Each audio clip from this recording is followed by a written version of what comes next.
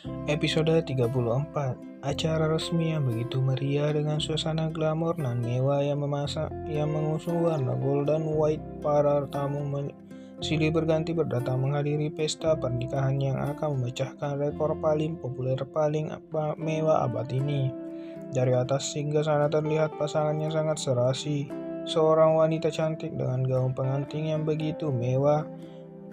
Jika dibanderol mungkin harganya bisa membeli satu buah mobil yang sangat mewah, bersanding dengan seorang lelaki tampan dengan postur tubuh yang begitu tinggi, putih, berkulit bersih, ketampanan yang paripurna dengan setelan jas yang senada dengan gaun wanita cantik di sampingnya.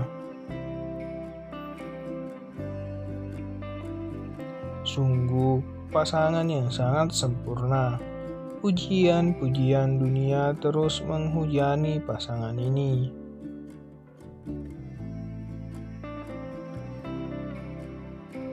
Sebenarnya, Atmaja ingin mengadakan acara lagi di kota lain yang merupakan kota pariwisata terkenal di negeri ini, tapi Asia menolaknya. Namun menurutnya, pesta sekali saja sudah cukup untuknya.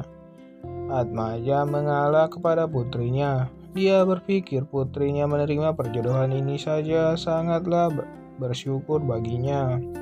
Beberapa tamu yang merupakan rekan-rekan seprofesi sang nona artis silih berganti menyumbangkan suara emasnya.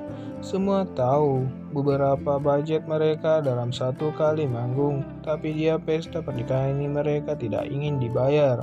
Para penyanyi papan atas ini merasa bahagia menyumbangkan suara emasnya. Bagaimana tidak, menjadi bagian dari resepsi yang mengguncang dunia ini adalah suatu kehormatan bagi mereka. Dari sudut ruangan di sebuah toilet, seorang wanita memegang kepalanya yang terasa sakit karena bertabrakan dengan seorang lelaki yang voice-nya juga lumayan tampan. Insiden terjadi pada saat mereka keluar dari toilet secara bersamaan dan tanpa melihat satu sama lain. Maaf, mencoba memegang kepala wanita berhijab di depannya. Jangan pegang-pegang. Segera mundur selangkah. Enak saja, cari kesempatan ya, sambungnya dengan menunjuk lelaki itu. Enggak begitu, oke, sekali lagi aku minta maaf. Segera melangkah mundur memberi jarak antara dirinya dengan wanita yang ditabraknya. Wanita ini menurunkan tangannya setelah mengusap kepalanya yang sakit tadi, menatap lelaki yang ada di hadapannya. Oke, aku maafkan. Segera melangkah ingin kembali ke pesta. Tunggu. Menahan langkah wanita itu. Kita belum kenalan, aku Adit. Mengangkat tangan kanannya ingin berkenalan. Rania menyatukan kedua tangan ke dada, tidak ingin menyentuh tangan lelaki yang ada di hadapannya. Adit dengan malu menurunkan tangannya. Adit memang sudah lama bersahabat dengan Rangga, tapi dia tidak tahu kalau adik Rangga adalah seorang gadis yang begitu cantik. Dia hanya tahu kalau Rangga punya adik tapi tidak tahu seperti apa wajahnya. Karena Rania ikut tinggal bersama orang tuanya di luar kota. Dia baru kembali ke kota ini setelah orang tuanya dipindahkan lagi ke sini. Oh ya, kamu tamu di pesta ini juga kan? Tanya Adit yang dibalas sanggukan oleh Rania. Adit sungguh tidak tahu kalau gadis cantik di hadapannya itu adalah adik dari komandan sekaligus sahabatnya atau adik dari mempelai pria yang resepsinya sedang berlangsung. Kalau begitu, kita barengan keluar saja, tawarnya sembari merentangkan tangannya mempersilahkan Rania berjalan. Rania melanjutkan langkahnya melewati lorong tanpa mengucapkan suatu kata pun kepada lelaki asing di sampingnya. Dia juga tidak tahu kalau lelaki itu adalah sahabat kakaknya. Oh ya, sebelumnya maaf, aku ingin bertanya. Adit mencoba berbicara. Kamu kesini dengan siapa? Sambung Adit. Dengan orang tua dan keluargaku, jawab Rania singkat tanpa melirik Adit. Dari pihak lelaki atau wanita? Maksud aku, tamu atau keluarga mereka. Adit sangat penasaran kepada gadis itu. Keluarga lelaki, jawab Rania singkat lagi dan terus melangkah hingga sampai ke tempat pesta dan berlari kecil menuju tempat duduknya meninggalkan Adit yang masih dilanda penasaran. Ternyata Rangga punya kerabat secantik itu. Ada apa dengan perasaanku? Gumam Adit dengan senyum tipisnya kembali memandang wanita yang duduk bergabung dengan keluarganya di antara kerumunan lautan manusia yang menghadiri pesta itu.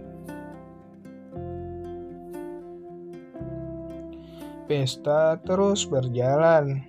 Semua tampak bahagia menikmati pesta yang luar biasa itu. Tiba-tiba terdengar suara wanita parubaya di atas panggung yang baru saja selesai bernyanyi. Dia juga merupakan seorang penyanyi yang sering disapa Momi oleh Asia dan teman-teman artis lainnya. Mohon perhatiannya sebentar. Suaranya tiba-tiba menjadi titik fokus semua orang. Kebetulan mempelai wanita kita adalah artis sekaligus penyanyi terkenal. Bagaimana kalau kita suruh dia bernyanyi? Suaranya disambut tepuk tangan seluruh tamu yang hadir. Mereka setuju dengan ide penyanyi yang berdiri di atas panggung tersebut. Asea tampak kaget mendengar ucapan Momi. Mungkin mempelai wanita ingin menyumbangkan atau mempersembahkan lagu cinta untuk suami tercinta. Sambungnya lagi yang disambut antusias dan suara gemuruh pada para tamu. Asia kembali terkejut dan mulai tampak pucat dengan senyum yang ia paksakan. Ayo Asia, suara pelan Atmaja yang berada di samping putrinya menyambut tamu yang hadir.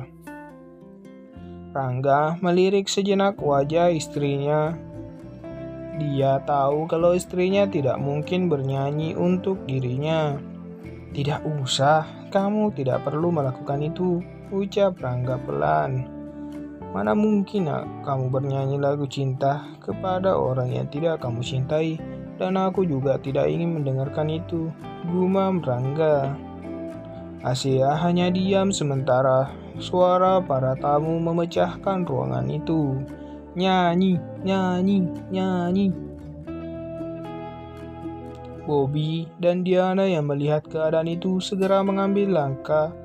Kedua asisten itu sudah tahu apa yang akan mereka lakukan dengan cepat berlari ke atas panggung dan membisikkan sesuatu di telinga artis parubaya yang sudah mengeluarkan ide konyol itu.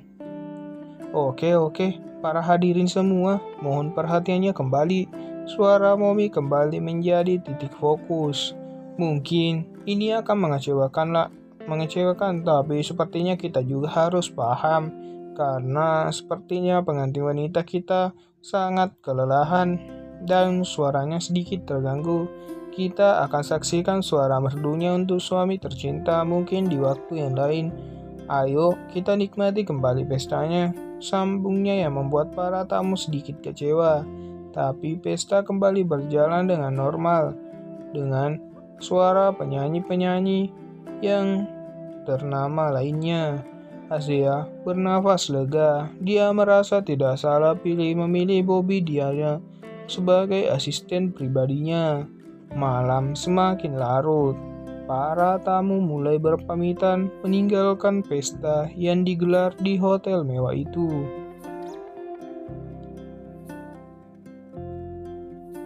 Pasangan ini juga sudah turun dari singgasananya. Seperti kesepakatan sebelumnya, mereka akan langsung menuju rumah mewah. Asia, mobil pengantin sudah menunggu di depan hotel. Pengantin baru ini segera naik ke mobil yang diikuti mobil Atmaja dan Gunawan dari belakang.